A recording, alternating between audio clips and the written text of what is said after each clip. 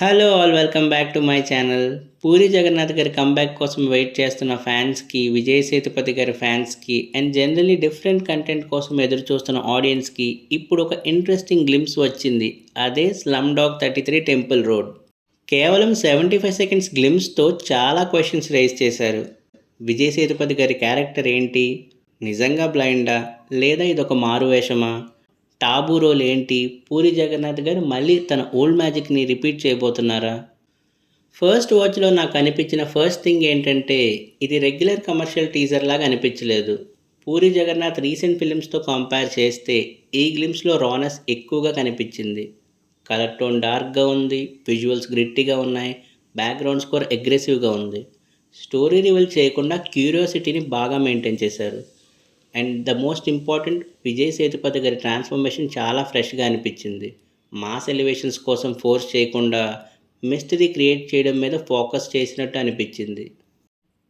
Glimpse start అయ్యే విధానం చూస్తే ఇమ్మీడియట్గా పూరి జగన్నాథ్ గారి సిగ్నేచర్ డైలాగ్, ఒక వాన పడితే కాకుల్లా చెట్లు కింద దాక్కునే జీవితాలు మావి, అలాంటి బతుకులతో ఆడుకుంటే నేను ఎందుకు వదులుతా. ఈ డైలాగ్ సింపుల్గా రివెంజ్ డైలాగ్ కాదు, ఇది సిస్టమ్ని ఇగ్నోర్ చేసే కామన్ పీపుల్ ఫ్రస్ట్రేషన్ని రిప్రజెంట్ చేస్తుంది. Like poor people, sweet dwellers, beggars లాంటి వాళ్ళు సొసైటీలో ఇన్విజిబుల్గా ట్రీట్ చేయబడే వాళ్ళకి వాయిస్ లాగా ఉంది డైలాగ్. అండ్ విజయ్ సేతుపతి గారి వాయిస్లో ఆ పెయిన్ అండ్ యాంగర్ న్యాచురల్గా వచ్చింది. ఓపెనింగ్ షాట్స్ నుంచే మనకు ఒక డర్టీ, రఫ్ అండ్ రియలిస్టిక్ ఎన్విరాన్మెంట్ని ఎస్టాబ్లిష్ చేశారు. Like a slum world.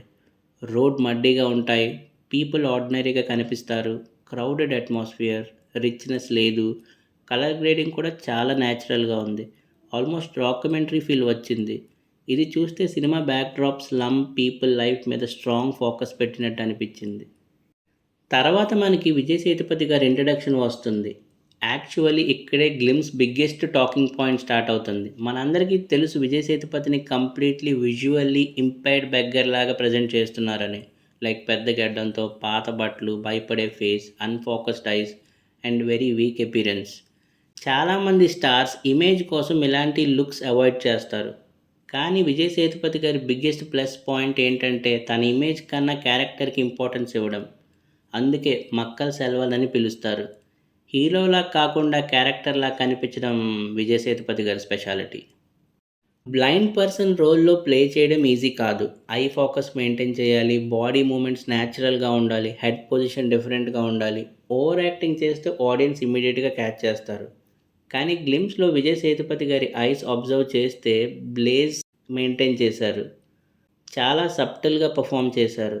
Action సీన్స్లో కూడా బ్లైండ్నెస్ కన్సిస్టెన్సీ మెయింటైన్ చేస్తున్నట్టు కనిపించింది. ఇది కంప్లీట్గా సినిమాలో బిగ్గెస్ట్ హైలైట్ అయ్యే ఛాన్స్ ఉంది.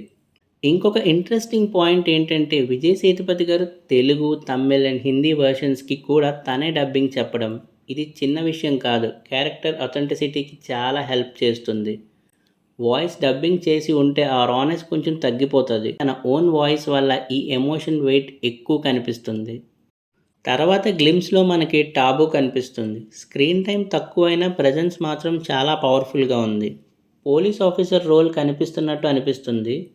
టాబూ స్పెషాలిటీ ఏంటంటే మినిమం స్క్రీన్ టైంతో కూడా మ్యాక్సిమం ఇంపాక్ట్ క్రియేట్ చేయడం. అంధాధున్, దృశ్యం లాంటి సినిమాల్లో మనం ఆల్రెడీ చూసాం. అథారిటీ అండ్ ఇంటెన్సిటీని చాలా న్యాచురల్గా క్యారీ చేస్తుంది.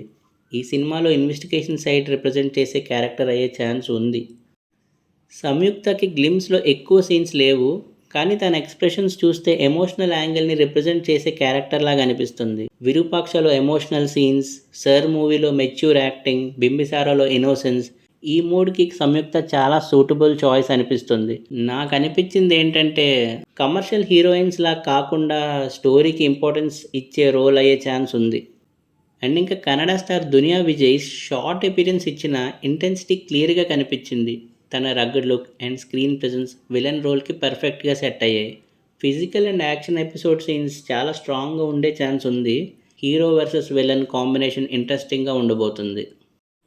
ఇప్పటి వరకు హెల్ప్లెస్ బ్లైండ్ బెగ్గర్ లాగా చూపించిన పర్సన్ సడన్గా నైఫ్ పట్టుకుని వైలెంట్గా ఇన్వాల్వ్ అవ్వడం క్యూరియాసిటీని నెక్స్ట్ లెవెల్కి తీసుకెళ్తుంది. ఇక్కడ ఆడియన్స్ మైండ్లో క్వశ్చన్ స్టార్ట్ అవుతుంది. బ్లైండ్నెస్ నిజమేనా, లేదా ఇదొక యాక్టింగా, మిషన్ ఏమైనా ఉందా? ఎందుకంటే పూరి జగన్నాథ్ గారి ప్రీవియస్ ఫిలిమ్స్ చూస్తే ఐడెంటిటీ ట్విస్ట్ మీద ఆయనకి స్పెషల్ గ్రిప్ ఉంది. కాబట్టి ఈ మిస్టరీ గ్లిమ్స్ బిగ్గెస్ట్ సక్సెస్ అని చెప్పొచ్చు. హర్షవర్ధన్ రమేశ్వర్ బ్యాక్గ్రౌండ్ స్కోర్ గురించి సెపరేట్గా చెప్పాలి. యానిమల్లో చూసిన ఇంటెన్సిటీ, అర్జున్ రెడ్డిలో చూసిన అగ్రెషన్, అదే వైబ్ ఇక్కడ కూడా కనిపిస్తుంది. మ్యూజిక్ వల్ల గ్లిమ్స్ ఇంపాక్ట్ డబుల్ అయ్యింది. యాక్షన్ సీన్స్కి సెపరేట్ ఎనర్జీ వచ్చింది. కానీ ఇక్కడ బిగ్గెస్ట్ విన్నర్ మాత్రం విజయ్ సేతుపతి గారి ట్రాన్స్ఫర్మేషన్. హానెస్ట్లీ చెప్పాలంటే ఈ గ్లిమ్స్కి బిగ్గెస్ట్ బ్యాక్ బోన్ ఎవరైనా ఉన్నారంటే అది విజయ్ సేతుపతి. ఎందుకంటే ఇలాంటి రోల్ అందరికీ సెట్ అవ్వదు. బ్లైండ్ బగ్గర్ క్యారెక్టర్ని బిలీవబుల్గా చెయ్యాలి అంటే యాక్టింగ్ మీద కంప్లీట్ కాన్ఫిడెన్స్ ఉండాలి. హీరో ఇమేజ్ గురించి భయపడకూడదు. అండ్ ఆ క్వాలిటీ విజయ్ సేతుపతి దగ్గర పుష్కలంగా ఉంది. రీసెంట్గా మహారాజా మూవీలో విజయ్ సేతుపతి గారి పర్ఫార్మెన్స్ గురించి మనం చూసాం. సైలెంట్గా ఉండే father, internal pain, emotional burden, క్లైమాక్స్లో ఎమోషనల్ బ్రేక్డౌన్. ఆ సినిమా మొత్తం తన షోల్డర్ మీద క్యారీ చేశారు. డైలాగ్ కన్నా ఎక్స్ప్రెషన్తో ఎక్కువ కమ్యూనికేట్ చేస్తారు. అండ్ ఇంకా లోకేష్ కనకరాజు విక్రమ్ మూవీలో సంతానం క్యారెక్టర్ గురించి స్పెషల్గా చెప్పాలి. ఆ wide ice, unpredictable behaviour, sudden violence, psychotic expressions, చాలా డేంజరస్ విలన్గా కనిపిస్తారు. కమల్ హాసన్ ఉన్న సినిమాలో కూడా తన ప్రజెన్స్ని సెపరేట్గా ఫీల్ అయ్యేలా చేశారు. స్లమ్ డాగ్ యాక్షన్ పోర్షన్స్లో చూస్తే ఆ ఇంటెన్సిటీ కొంచెం గుర్తుకు వస్తుంది. అండ్ ఇంకా మాస్టర్ మూవీలో ఆ భవానీ క్యారెక్టర్ని ఎవరు మర్చిపోలేరు.